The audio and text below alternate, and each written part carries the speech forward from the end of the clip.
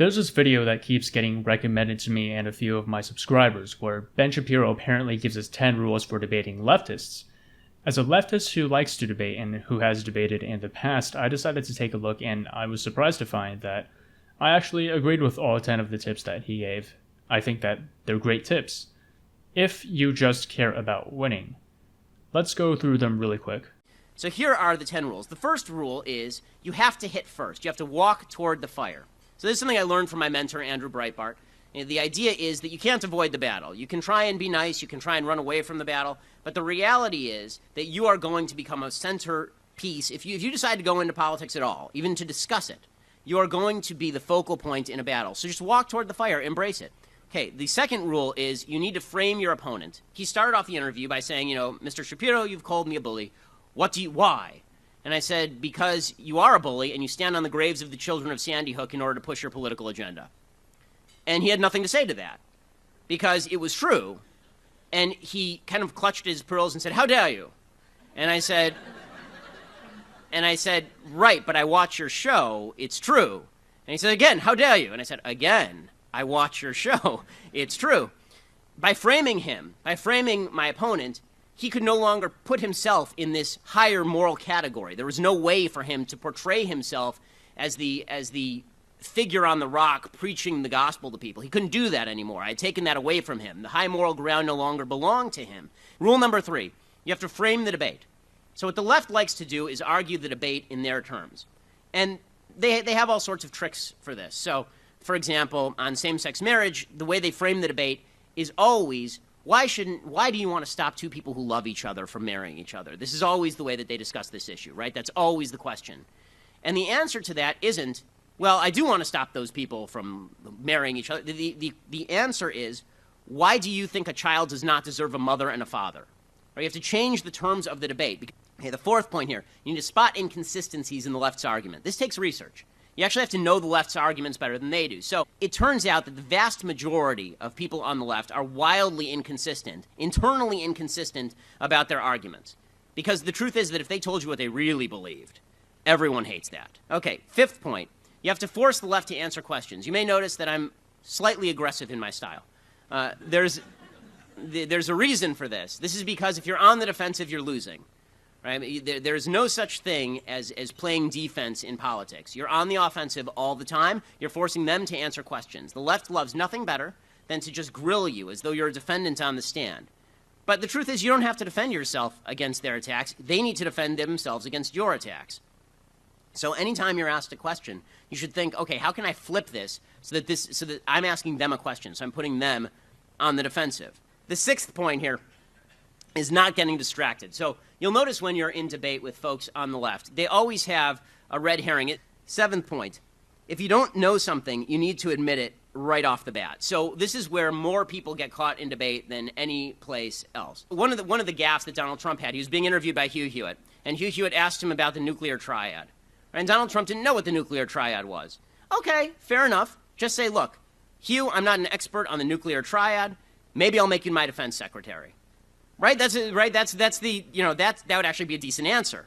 Right? Or, I don't know the answer to your question. I want to research it and get back to you later. That's okay. Eighth point, you don't have to get sucked in by the paradigm. So it turns out that you're arguing your own beliefs and your own positions. That means you don't have to defend anybody else's beliefs and positions if you don't believe them. This is actually, I think, a great danger in American politics, is that people feel the necessity to defend positions they don't like and don't hold just because it's our guy. Ninth point, it's actually kind of fun once in a while to let the other side have meaningless victories. This makes you look moderate, which is the left's favorite thing. Are you for immigration reform? And you say no. Then they say, you hate Mexicans, right? That's always the next line. It's on page 42 of the handbook. The proper answer to are you for immigration reform is sure. I'd love immigration reform. Now, what specifically are you talking about? Right? So for a second, they think you're agreeing with them. And then it turns out you're not because you're actually asking them to define terms. Final and tenth kind of point in arguing with the left. And that is body language actually matters when you're arguing with the left. Whoever gets angry first loses. That's the general rule of debate. Now, you might have noticed that none of these tips are about arriving at the truth. They're about winning the debate at any cost. Now, I'm not going to knock that. I do think that these things are important, but I think it's telling that Shapiro's tips focus on overwhelming your opponent with attacks and putting them on the defensive, instead of trying to arrive at correct conclusions with healthy dialogue. So, if I already agree with the 10 tips that Shapiro gave, what am I responding to?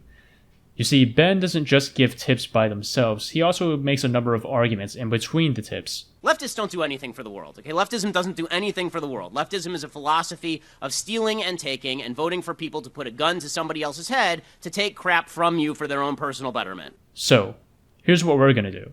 First, I'll present the arguments that he makes in this video, then I'll respond to them using Ben's own tips against him. Then, as we go along, and at the end, I'll present my own tips for debating conservatives. How fun. First, Ben is going to tell us about how horrible leftism is. Leftists don't do anything for the world, okay? Leftism doesn't do anything for the world. Leftism is a philosophy of stealing and taking and voting for people to put a gun to somebody else's head to take crap from you for their own personal betterment, right? That's what leftism is. Socialism is the most selfish philosophy in human history. It's the basic notion that I'm breathing and therefore you owe me crap. Remember, Ben's tip here is to frame your opponent, then put them on the defensive. So I submit that conservatism is the most selfish philosophy in the world. American conservatism is the ideology that says that rich people need more and more tax cuts and handouts from the government, while people who struggle every day just to get by don't. Donald Trump, a president that is very popular with conservatives, just passed a $1.5 trillion tax cut, and as a result, in a decade, taxes on the middle and lower class will be higher because tax cuts for individuals expire after 2025, while the 15% tax cut for corporations is permanent. After 2027, households with incomes below $75,000 will have their taxes raised by about $60 billion, while corporations and the rich have less taxes. So given that the 3 richest people in America already have more wealth than the bottom 150 million people in America, let's see what we could have paid for with this tax cut. We could have paid for free college for 10 years for less than half of this tax cut for $600 billion. A complete erasure of all student debt for $1.4 trillion. Universal preschool for 10 years for $406 billion. A complete repair of all of America's roads and bridges for $1.1 trillion. Universal housing vouchers for 10 years for $410 billion. 107 years of health insurance for children, and an easy commitment to the Paris Climate Agreement. Not to mention all of the progress that we could have made in space exploration. Given that the American Society of Civil Engineers has given the United States infrastructure a grade of D+ for years now, 13 million children in the US live in food insecure households, Ben Shapiro and all of the conservative representatives in the government think that it's more important that they and the richest people in America get even more money so they can go out and buy yachts instead of feeding hungry children or repairing America's infrastructure. Conservatism is the most selfish philosophy in the world. Conservatism says that we should take from the poorest people in the nation and give it to the ones who already have billions. Unless, you want to argue that people passing tax cuts for themselves and raising taxes on everyone else isn't selfish. Wow, we're learning so fast. So I want to take a second to point out that the difference between Ben's argument and my argument is that, unlike Ben, I provided citations and examples to back up my assertions. That brings me to my first tip for debating conservatives. Stick to the facts and rely on the facts. You see, Ben and conservatives that listen to him can practice their rhetoric and sophistry all they want, but it's always much more powerful to simply know the facts about what you are debating and be able to present those facts under pressure, like in a live debate. What else does Ben have to say? Okay, the fourth point here. You need to spot inconsistencies in the left's argument. Again, good advice in general. Being able to listen and pick out inconsistencies in your opponent's arguments is an important skill, but in my opinion, you need to use this tip in moderation. Even if you completely dismantle your opponent's ideas, it doesn't necessarily demonstrate that your ideas are superior. So remember to keep the focus on presenting your own position. Anyway, let's try following Ben's advice for a second. Pick out the inconsistencies. And I've already found plenty. For one, Ben says this. And it turns out that the vast majority of people on the left are wildly inconsistent, internally inconsistent about their arguments. Because the truth is that if they told you what they really believed, everyone hates that. Right? What the left actually believes deep down is so reprehensible and so repugnant and so gross that they will never say it out loud. Instead, they cover it in a sort of patter that's completely inconsistent. So To give a gun example, one of the things you'll hear from the left about guns is that assault weapons bans are the greatest idea in the world, which makes no sense, right? The vast majority of murders that are committed with guns are committed with handguns. Why don't they want to ban handguns? The answer is, well, this is true also. There's no such thing as an assault weapon, but the internal inconsistency in their argument, is that they say assault weapons are bad because they kill lots of people. The truth is that handguns are used in far more murders than so-called assault weapons, so why don't they want to ban handguns? Okay, now the reality is they do want to ban handguns, but when you get them to admit that, it makes them uncomfortable because no one actually wants to ban handguns in the United States except for like 5 people, and they're all in the Obama administration. So did you notice the contradiction? Ben just accused the entire left of wanting to ban handguns, but then immediately afterwards says that only a tiny amount of people actually want to ban guns. So why don't they want to ban handguns? Okay, now the reality is they do want to ban handguns, but when you get them to admit that, it makes them uncomfortable because no one actually wants to ban handguns in the United States except for like 5 people, and they're all in the Obama administration. So which is it, Ben? Is the left ravenously hungering for a ban of all guns, or is it actually a tiny fringe position? By the way, I support more background checks to buy weapons like AR-15s and such, but I definitely don't want to ban handguns. And the reason why isn't because I'm inconsistent, it's because you don't see people regularly walking into crowded areas and killing a ton of people with handguns. They use weapons that can fire off multiple rounds in quick succession without the need to reload.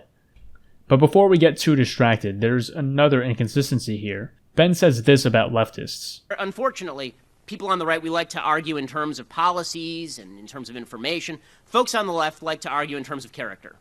Right? Folks on the left love this. This is why Hillary Clinton's entire argument against people on the right is that they're terrible human beings who want to hurt folks, right? But then he says all sorts of stuff like this. Leftists don't do anything for the world, okay? Leftism doesn't do anything for the world. Leftism is a philosophy of stealing and taking and voting for people to put a gun to somebody else's head to take crap from you for their own personal betterment, right? That's what leftism is. Socialism is the most selfish philosophy in human history. It's the basic notion that I'm breathing and therefore you owe me crap. Leftists hate answering questions because it makes them think, and thinking is not their strong suit. Feeling is their strong suit. So if you get them away from feeling, which you did with the character argument at the beginning, and now they have to think, which is what you're trying to make them do now, they get all confused, and then they sort of start crying, and it gets all awkward, and then you have to apologize because you ruined the dinner party, but it was fun anyway. And they have no answer for that because it's internally inconsistent, because the real agenda for global warming is a giant economic leveling and taking down of Western economies in favor of less developed economies, because essentially the people pushing this are economic Marxists.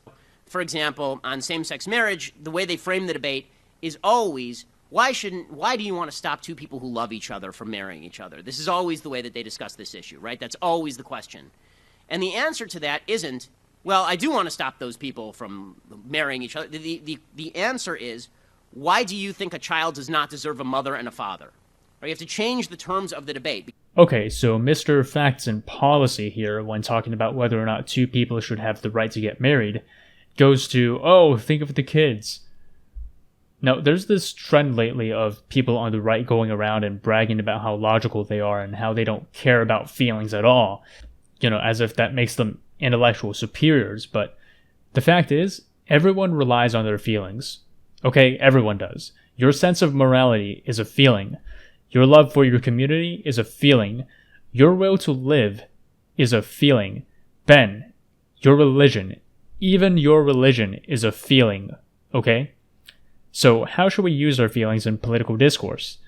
We need to use our feelings to decide what we prioritize.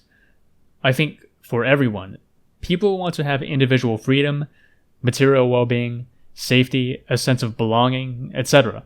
These are all feelings, but where the feelings stop is when we decide how we want to go about achieving these goals. Does a higher minimum wage result in a better economy? Do regulations make things safer? How can we help refugees without compromising our security? How can we best allocate resources to keep people from starving? The only people who truly don't let their feelings affect how they think are psychopaths, okay? So let's stop talking about feelings as if they're a negative thing.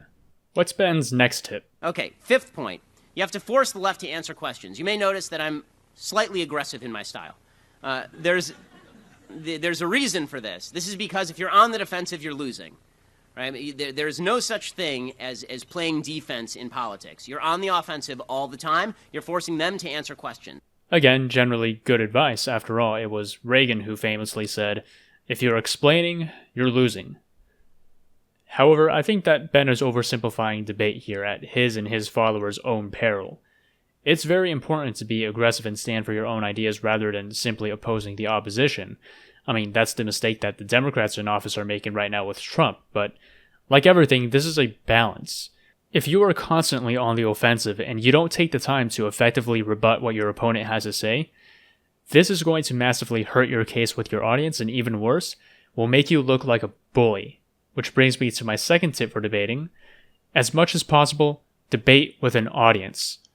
Of course, this doesn't have to apply if you're debating with a friend or a family member, but the chances of you changing the other person's mind in the middle of a debate is extremely low. We know that people are far less likely to change their minds after they've declared their positions in public. People usually change their minds after being presented with evidence, after they've been able to take the time to themselves go over the evidence and convince themselves that they changed their own mind. So if you want to make the best use of your time advancing your ideas, you need to focus on changing the mind of an audience of one or more people who are decided or on the fence. In fact, this tip may be as important or more important than the first tip because almost all of my other tips will go off of this point. Remembering that you are debating to convince third parties in a debate will keep you focused on clearly explaining your points, will help you not get distracted from the various tricks that your opponent may play, and will overall make you way more effective at advancing and defending your ideas. Back to you, Ben. The sixth point here is not getting distracted. So you'll notice when you're in debate with folks on the left, they always have a red herring. It's amazing. I've been giving this particular speech, I've been giving for probably 5 years at YAF, and they're still using the same red herring.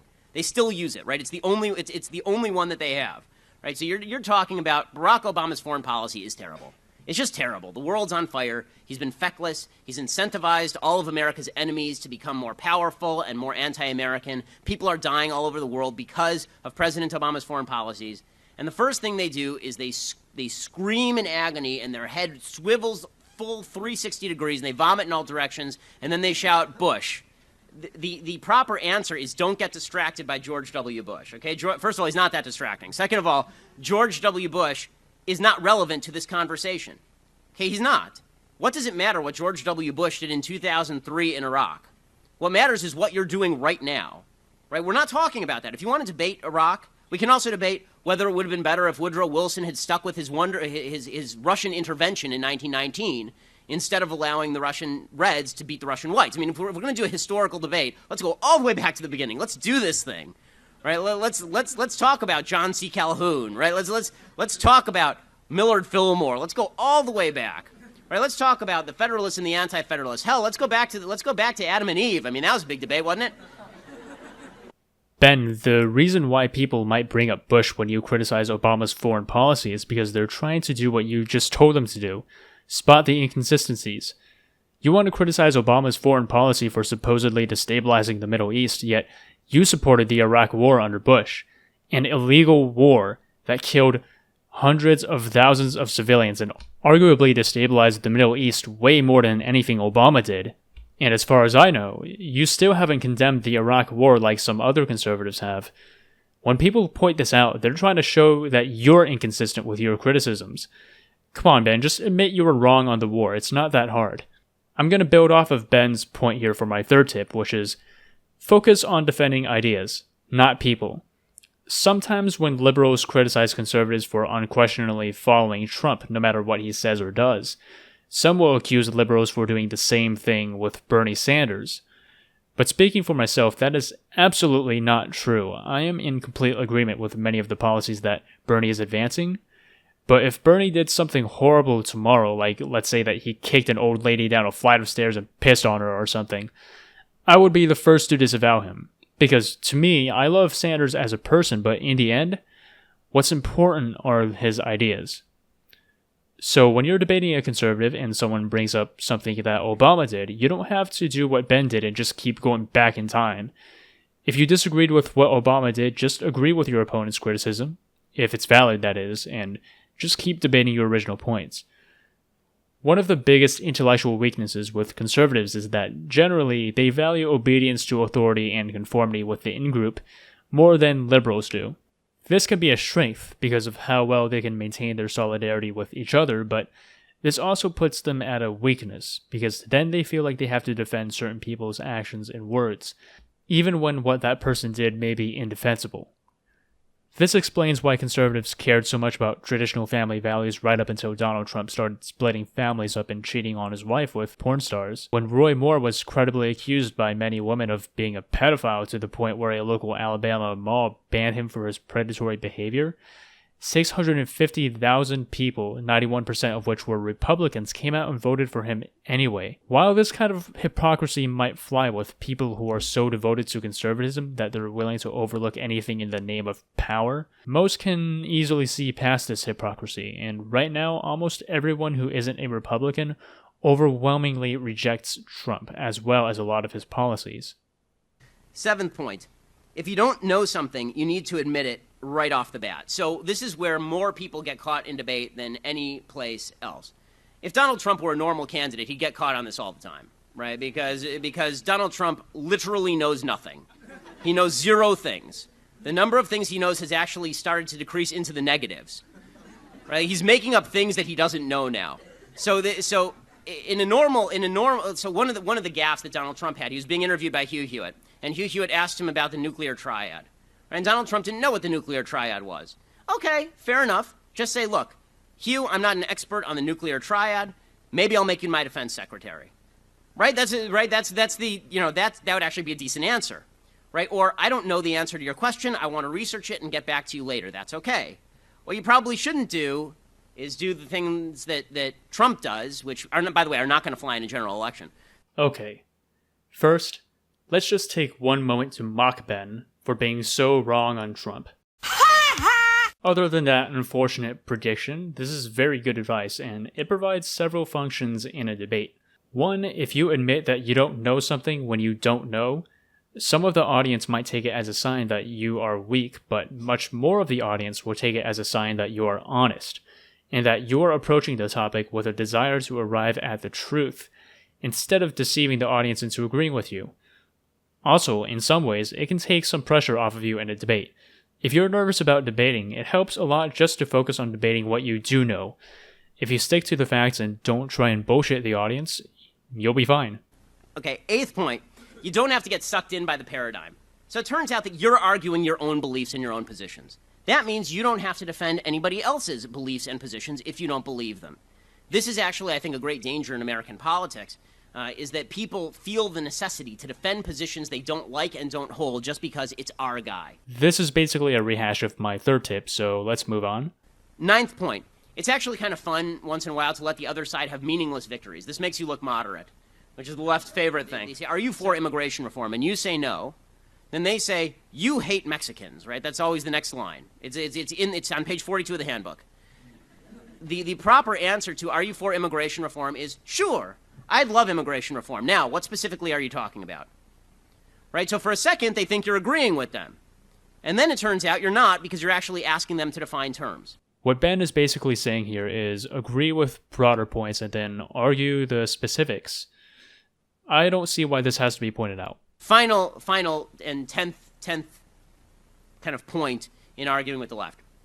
And that is body language actually matters when you're arguing with the left. Whoever gets angry first loses. That's the general rule of debate.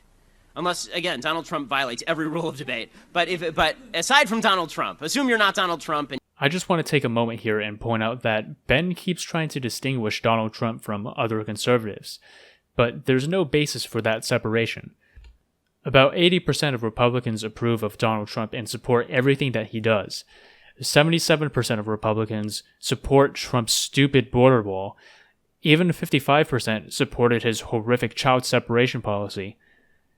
Ben wants to make it seem like Trump is just an anomaly, that he doesn't represent American conservative thought in any way. Well, I'm sorry to say, Ben, but Trump is the apotheosis of American conservatism, okay? He is the Frankenstein's monster that decades of Fox News, talk radio, fear-mongering about immigrants and Christian persecution has created. On the issues, he is 1-to-1 with American conservatives. Anyway, I find it interesting that Ben Shapiro is telling his audience about how much body language matters. I mean, Ben Shapiro, the cool kids philosopher, the brilliant polemicist, the destroyer of bad arguments, Mr. Logic, is telling us about the value of looking strong. Do I think body language in a debate is important? Well, sure, I guess, but I wouldn't put it in my top 10 tips. I mean, for example, I love Bernie Sanders, but he's always hunched over and he's 1,000 years old. It's his ideas that I love, but this is the kind of advice that I consider not even wrong. I mean, why don't you just tell us to drink plenty of water and get enough sleep and exercise while you're at it? Oh, and by the way, is anyone else totally offended by Ben's favoritism towards body language? You say body language matters? Well, you know what I say? I say that all language matters. Why are you a bigot against other forms of language, Ben? So now we've gone over Ben's 10 tips and some of his assertions. So now I'll get to my own 10 tips for debating conservatives. Before we begin, though, I'd like to lay out some of my own credentials. You might have guessed it since I run a YouTube channel that does nothing but debate, but I love debating. I have listened to hundreds of hours of debates between debaters much better than I. I have spent many hours debating contentious issues with people close to me and people who are not. I am familiar with the flow of debates, and I know when a debate is being productive and when it is not. Ben's tips focused on winning the debate at all costs. I don't see debates like this.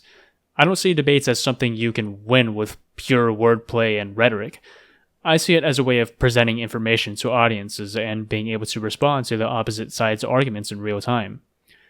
My tips focus on being as productive as possible in a debate, meaning being able to best communicate your ideas to the largest amount of people in the audience. Tip number 1. Focus on the facts. This means arguing the facts in a debate instead of rhetoric. Ben and his fans can practice rhetoric and tricks all they want, but at the end of the day, in the eyes of the audience, I think that the person who presents the best evidence and presents it well will have the audience more convinced. You may not have lawyer training like Ben does, but even if you're the less charismatic, confident debater, the audience will be able to tell which debater is trying to be honest and use citations instead of using rhetoric to bully and constantly put their opponent on the defensive. Tip 2. Focus on your audience and never debate without one. Although this is the second tip, I think it's as important as the first tip. This is where debate becomes effective and more than just two people trying to prove to each other who's smarter. In a debate, it's very unlikely that the other person will change their mind, no matter how obviously wrong you might show them to be. After taking a public position, it can be extremely humiliating to admit that you were wrong, and even worse, showing that your opponent is wrong may further radicalize them and lead them to become further entrenched in their own position. The good news is, your job isn't to convince your opponent, at least not right at that moment. Instead, you'll be much more productive convincing your audience, instead of trying to constantly best an opponent that in all likelihood will not even budge on minor issues. The thing is though, your audience may not be much better. The amount of people in your audience who are truly unbiased or on the fence will be very small, and these are the people you need to remember to talk to. But even if you have a very hostile audience, a debate is still a great opportunity to advance your ideas. Even if most of the audience is ultimately unconvinced by your performance, you can still make a lot of progress by being very level-headed, reasonable, and respectful. This is because, after you're done, even if the audience showed up in hopes of just seeing you get owned or destroyed, none of them will be able to leave saying that they've never heard someone from the opposite side who was reasonable, or who made arguments instead of just calling names, or someone who was serious about having a discussion. If people say things like, "Yeah, he made the best case I've heard for it, but I'm still unconvinced," that's a sign that you did a great job, because as much as we may wish that we're perfectly rational beings who can assess arguments with pure and unbiased minds and change our minds to whatever is the most reasonable, the truth is that deep issues like politics are often wrapped up in people's very personalities, and that these things are changed in layers, and if you make a strong showing for the ideas that you want to advance, your audience will be much better prepared to consider your ideas in private and be more receptive to others that share your ideas in the future. Tip 3. Defend ideas, not people. When you're in a debate and your opponent tries to bring up bad actions or statements from someone who's apparently on your side, It'll be very easy to stay focused and on your feet if you just remember that you're debating for ideas, not people. One example I've been through is when I was discussing Bernie Sanders with a friend and I was talking about how great his policies were and why I support them. My friend then said something to the effect of, "Yeah, but he did say that white people don't know what it's like to be poor." I paused for a second, then said, "Well, I'd have to hear that in its full context, but if that's really what he said, that'd be stupid." And it turns out, in context, Bernie's comment does make sense, even if it wasn't as well worded as it should have been. But the point is that even though I love Bernie Sanders and support a lot of his ideas, when someone brought up something that seemed indefensible in a conversation, I didn't bother trying to defend it. This allowed me to stay focused and debate what really mattered, which was the ideas. If you're debating and someone brings up a public figure that they expect you to support, feel free to throw them under the bus if what that person did or said was wrong. In fact, this will probably earn you points with your audience, not lose them, because in the eyes of your audience, this willingness to criticize your quote-unquote own side will make you look principled and make it seem like you're willing to stick to your convictions. One example that a lot of people mention is Ben Shapiro, because he's a conservative who criticizes Trump. Being able to hold people on your own side accountable is a great way to gain credibility with your audience and have an easier time debating as well. Tip number 4 is be respectful. Even if your opponent is being disrespectful, condescending, playing games and refusing to debate honestly, which is certainly something I've experienced, don't get frustrated. Be glad, because if you can still be respectful and maintain the moral high ground throughout the exchange, your opponent is essentially handing over the audience to you. Again, as much as we wish that we were these perfectly rational creatures who can fairly judge arguments based on their merit, the truth is that debates have a very strong element of theater, and getting your audience to like you, or at least not despise you, is a very important step to getting someone who initially disagrees with you to begin considering your ideas fairly. Once during the 2016 election, I argued that I thought it was strange that conservatives, who normally are completely opposed to the government assisting people financially, suddenly want the government to intervene with a global free market in order to bring their jobs back. I said that maybe we should give them a little taste of their own medicine and just have them pull themselves up by their bootstraps like they've been telling everyone else.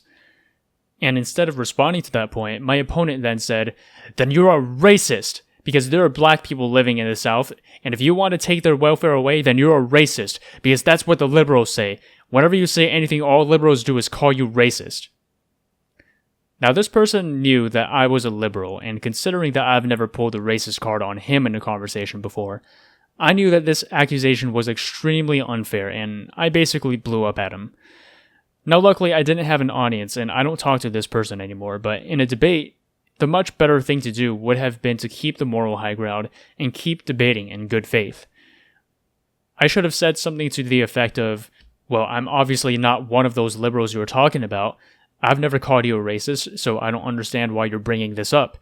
Can we please talk about the point I raised?" This brings me to the next tip, which is stay calm. I know, this sounds incredibly obvious, but in my experience, it's incredibly easy to forget when you're in the middle of a debate, especially when your opponent is being incredibly condescending, rude, and difficult. So in a way, this is advice to myself just as much as anyone else, but no matter how rude or dishonest your opponent is being, you need to stay calm, because remember, you're debating for your audience, not your opponent. The reason why you need to stay calm is not necessarily because I care about civility, although civility is nice. It's because, at least for me, it's very hard to think when I'm angry.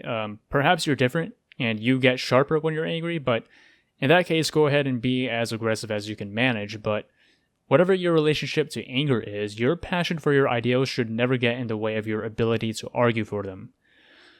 Also, being able to remember that you're arguing for your audience will help you depersonalize the debate, and that will help personal attacks slide right off of you. That will also help you be an even more effective proponent for your ideas, and generally make the whole business of debating a lot less painful. This is also a very good tip for all of life in general. People in the military and in law enforcement are trained to do controlled breathing. When the adrenaline is pumping, it's very easy to make costly mistakes. If you haven't already, look up some tutorials and spend some time practicing controlled breathing for the next time you're in a really stressful situation. You'll be a better person for it. I'll include some helpful links in the description. Tip number 6 is insist that reality is real, both to yourself and to your audience. What I mean by this is that occasionally, even if you stick to arguing with facts and points of data, you will have the occasional opponent who will literally refuse to accept well-documented facts. Once with the same person I used as an example in the last tip, while trying to argue for the superiority of a European-style system a la Bernie Sanders, and as a point of data, I brought up how European countries are consistently found to be happier than other countries, this guy immediately scoffed, "Yeah, right, where'd you get that from? Check your sources." And I brought up my source, which was the UN World Happiness Report, and he still didn't buy it.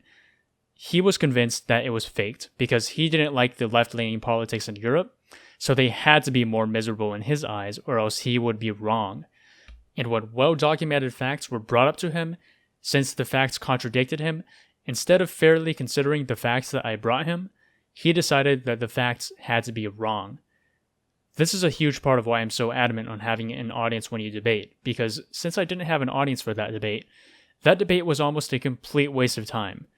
I say almost because at least a debate like that made me more aware of how stubborn people can be, but in a live debate, your opponent pulling a stunt like that will not fly at all, and the audience will immediately be aware of which debater is trying to use facts and which one is refusing to acknowledge any points that the other side is making.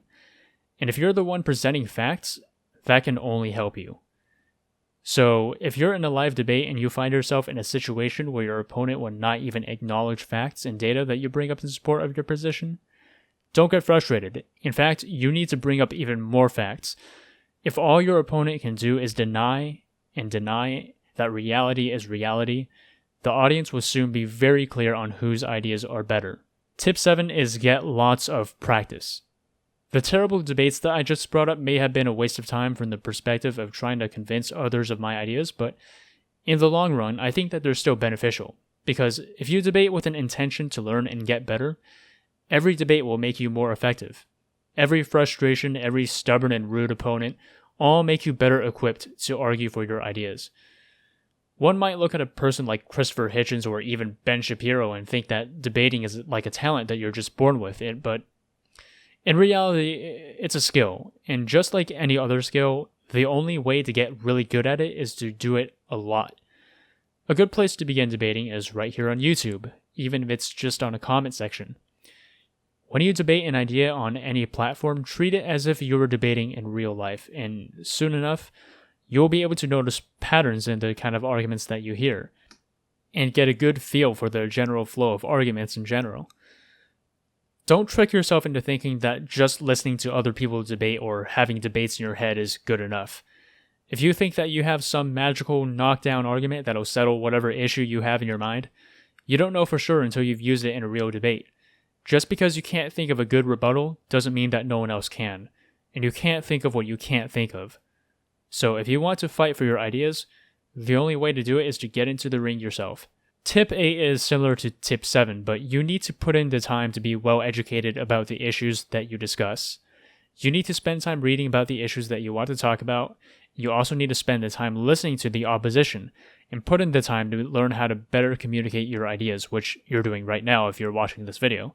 We're living in a time where fascism is on the rise, and the right wing is coming out with new narratives every single day in hopes of overwhelming people who want a diverse and egalitarian society.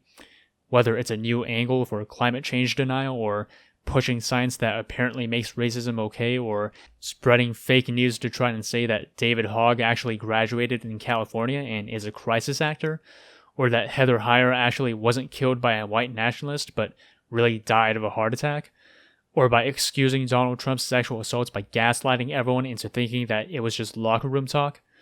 The right wing is extremely motivated because they're driven by hatred and existential fear at worst, or they're very well funded by right-wing billionaires.